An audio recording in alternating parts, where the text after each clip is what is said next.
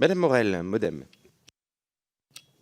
Merci Monsieur le Président, chers collègues, Monsieur le rapporteur. Au nom du groupe démocrate, je tiens à saluer la qualité de votre travail dans l'écriture du rapport et pour avoir mené à bien toutes les auditions afférentes. Comme vous le savez, il y a de très fortes inquiétudes pour l'hiver à venir, non seulement sur nos capacités de production énergétique, mais aussi sur le coût de cette énergie. Si toutes les entreprises sont touchées par cette crise énergétique et inflationniste, les entreprises électro-intensives que vous mentionnez le sont particulièrement. Elles sont sensibles à ces enjeux et aux fluctuations des prix de l'électricité. La France en compte plus de 500. Ce sont celles qui ont une consommation électrique de plus de 2,5 kWh par euro de valeur ajoutée. Elles sont présentes dans des secteurs stratégiques, la sidérurgie, la fonte, le papier carton, mais aussi la chimie, les matières plastiques, les panneaux de bois ou encore les fibres textiles. Et elles sont elles-mêmes fournisseurs de secteurs sensibles comme la défense ou la santé. Or aujourd'hui, malgré les aides déjà mises en place par l'État, de nombreux industriels s'interrogent sur l'hiver à venir. Vaut-il mieux continuer à produire ou alors s'arrêter? Et s'il faut s'arrêter pour économiser de l'énergie, combien de temps?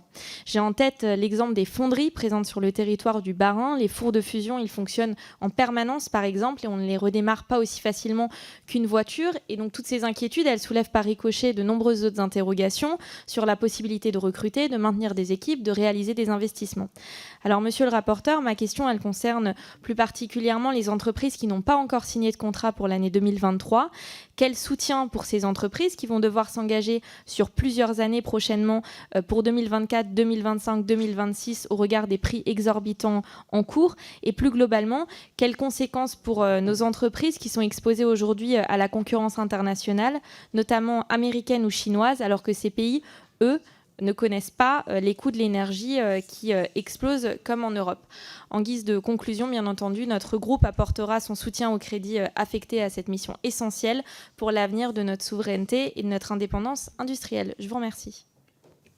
Bien, monsieur le rapporteur. Monsieur le Président, ma chère collègue, merci pour cette interrogation. La réponse était inscrite un peu dans ma présentation, à savoir que nous sommes dans une situation de transition et aux questions que vous soulevez qui sont tout à fait légitimes, à savoir les problématiques de maintien de production ou d'arrêt avec les problématiques de relance ensuite au regard d'un certain nombre de dispositifs qui sont longs à redémarrer. La question peut effectivement se poser. Je l'évoquais aussi sur des capacités de perte de marge importantes avec un risque derrière d'arrêt complet d'activité. Sur votre question au fond, plusieurs dispositifs sont encore en cours aujourd'hui. C'est évidemment la boîte à outils telle que je l'évoquais. C'est encore jusqu'en 2025 le dispositif de l'AREN. Et puis c'est l'anticipation, en tout cas l'accélération de la compensation carbone dans les meilleures conditions pour l'ensemble des entreprises.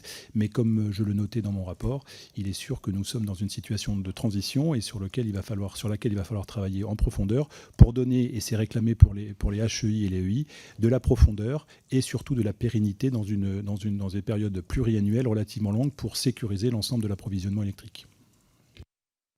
Bien. Madame Morel, vous souhaitiez rebondir? Non, pas spécialement. Merci beaucoup pour vos éclairages.